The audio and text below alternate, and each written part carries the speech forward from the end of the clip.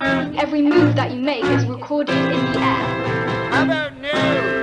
You know, I find it remarkable that so many people are willing to ignore the short fallings of enlightened beings. Enlightenment is so subjective. You can go to one guru in India and they'll say, "Ah, yes, of course, you are enlightened after this weekend retreat."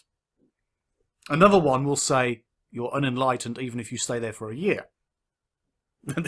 Standards vary, ideas vary, concepts of what is or is not enlightened, and indeed how people choose to judge or not to judge particular gurus, teachers, based on what they consider them to be.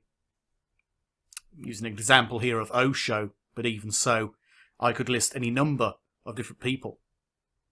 Let's just say the idea of a person being so high in rank that they can do no harm.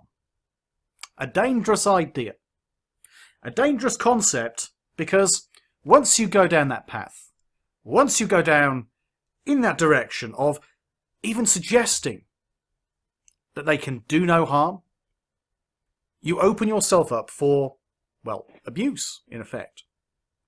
The idea that a guru, a teacher, a person who claims to be perhaps enlightened, a person who is a religious minister, a person in a position of power as far as your beliefs, may they be political or spiritual or whatever the case may be, as soon as you go down the path of suggesting that they cannot carry out a bad or wrong action, or that the very idea of it is so low down, so far off the radar, that it's implausible, you make yourself the vessel for abuse, or potential abuse, potential exploitation. You know, slight shortfalling, well, that can't be true, no. A big story comes along, a controversy, it's like, well, that doesn't sound right, no, it's implausible. Why would a priest do that? Why would a priest do that? Why would a guru? Why would a guru spend his money so poorly? Oh, well, it's all gifts. Oh, it's gifts. Oh, that's perfectly okay. Oh, yes, so the money was just resting in my account, officer. Yes. So many excuses. And then, even with the worst possible excuses, even if the excuses change over time, there's still the idea that these are legitimate excuses. Of course they're legitimate excuses. How could they not be legitimate excuses? The guru, who is a good person, you know, foundational bias, has given a reason why a particular event took place.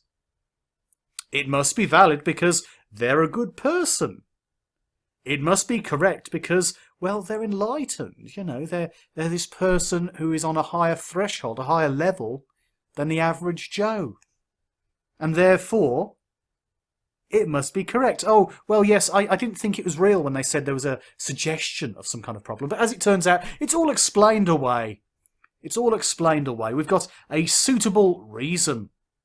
Even if it's not very watertight, even if there's contradictions as the story changes over time. Oh yes, ignore that, because we're dealing with an enlightened person. A person who is, in fact, really great. They're wonderful, and because they're so wonderful and they're so great, they can do no wrong.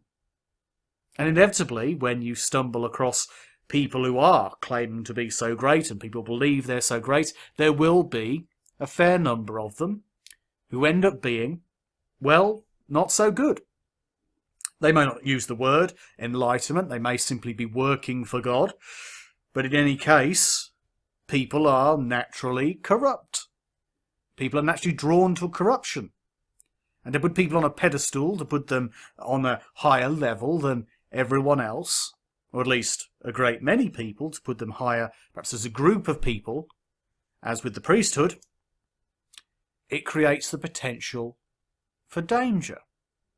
The potential for abuse, and for those people who carry out the actions of abuse, to avoid true justice.